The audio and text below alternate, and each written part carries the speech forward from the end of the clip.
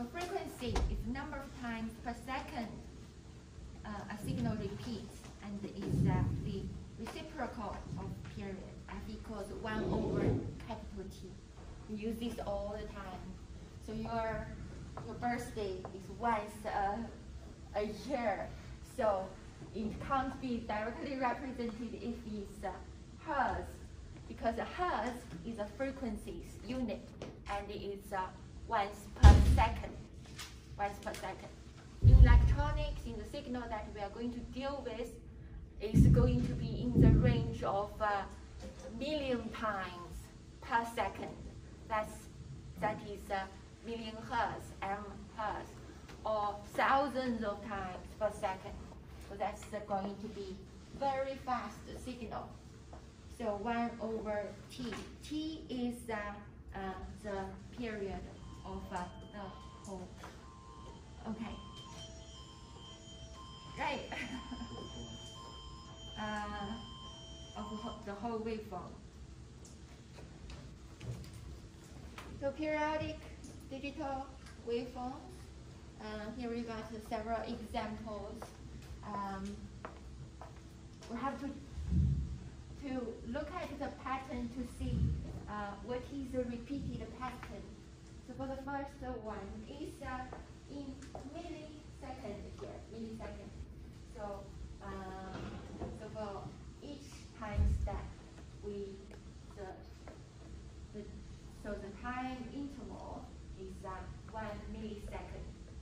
Okay, so for A, you got the pattern repeat. So the period of that waveform is from the start 0, and then there is a pulse. That means low get high, and then low. That's one pulse signal. So here we got every 3 0, and then 1 high, 1 1. So that is 4 milliseconds. 4 milliseconds. So the period is 4 milliseconds. What is the frequency? What is the frequency? It's 1 over 4 milliseconds. Whatever it is, get your calculator if that's going to be problematic. What about this B? So it's low, low, high, high, low, low, high, high, and then repeat. So what is this period? This is a period. 4 milliseconds as well. Yes, it's still 4 milliseconds.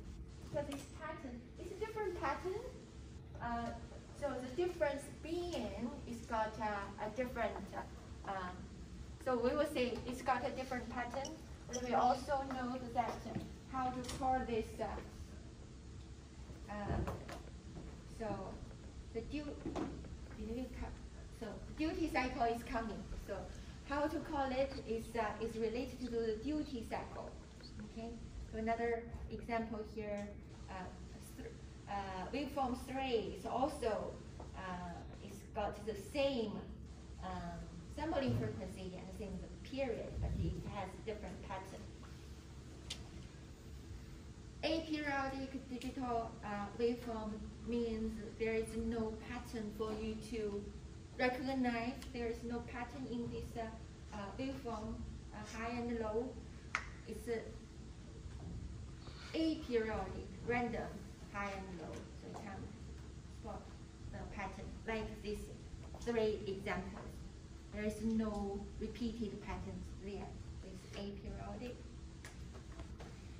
Waveform, there is the definition here. For high, we say time high, T sub H is the time a logic signal is in its high state. Time low, T sub L is the time a logic signal is in its low state. Duty cycle now is the ratio of the time a logic signal is high to the period, the whole period. So we are using this logic high over the whole period to represent the duty cycle of a signal. So previously we get these 3 periodic signal. They have different duty cycles. Okay, so let's we go back to that one. So these three are different, but they have the same period, the same frequency. Duty cycle is different. So for this one, they all have 4 millisecond period. So it's only high, that is the last one. So 1 in 4, that's 25%. So the duty cycle for the first waveform is 25%. So the duty cycle is in a percentage. You can see 1/4. That's the same. For B, what is the duty cycle for B? So it's a low, low, high, high, low, low, high, high. So the period is still 4 milliseconds. Hello?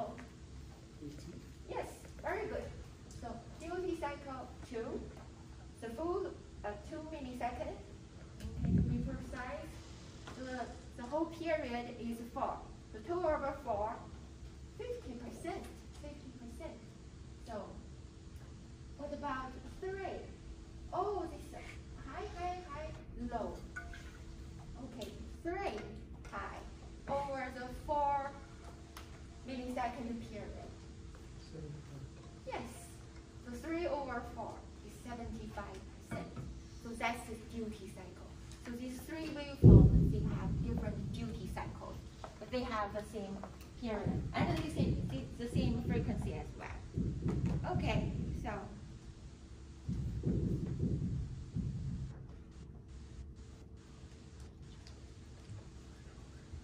now, so this is the equation for duty cycle. So T sub H over T over capital T. Okay. So pulse waveform. A pulse is momentarily variation of voltage from one logic level to the opposite level and back again. So we have a positive pulse waveform. This is the shape of a positive waveform. It can be the other way around. The most common way is like this: from 0 to T1, then high, and then T2, low again. So this is normally this in reality this is a very short period of time. So it's a really spike pulse, but it won't be this nice shape because electronic devices, they have capacitance.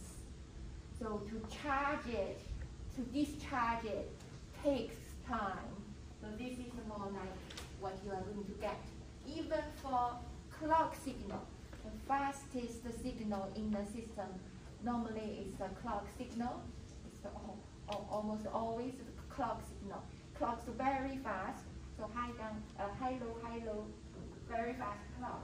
So you will find if you use an oscilloscope and probe the clock signal on the board, you will more likely to see this nice round shape clock signals rather than this ideal square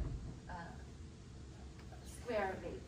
Because this edge, you all learned the Fourier transform, right?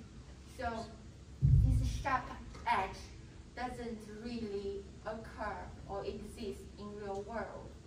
Everything is so this. If you do the Fourier transform of it, it will become a many harmonic frequencies for your waveform. It won't be a nice cosine or sine. Right? Cosine and sine, they are always continuous, so there's no sharp edge. Also, in electronic system, we don't generate sharp edge. It doesn't exist this ideal situation, but we use it when you draw. In your assignment, you can draw it like this because we all know how to represent a pulse signal. So in lab, you will see a lot of this charge-discharge effect for any signal that you can get.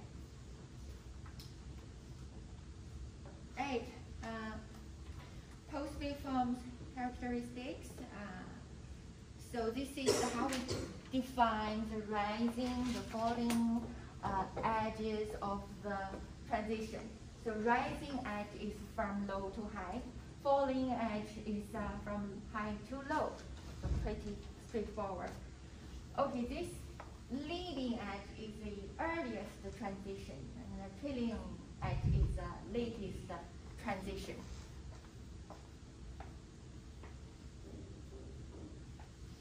So we have the positive going pulse versus negative going pulse. Why do we need to know this? Remember we talked about active high, active low. So active high, active low, we use it as we have to have a reference first. So we have active, then we have inactive.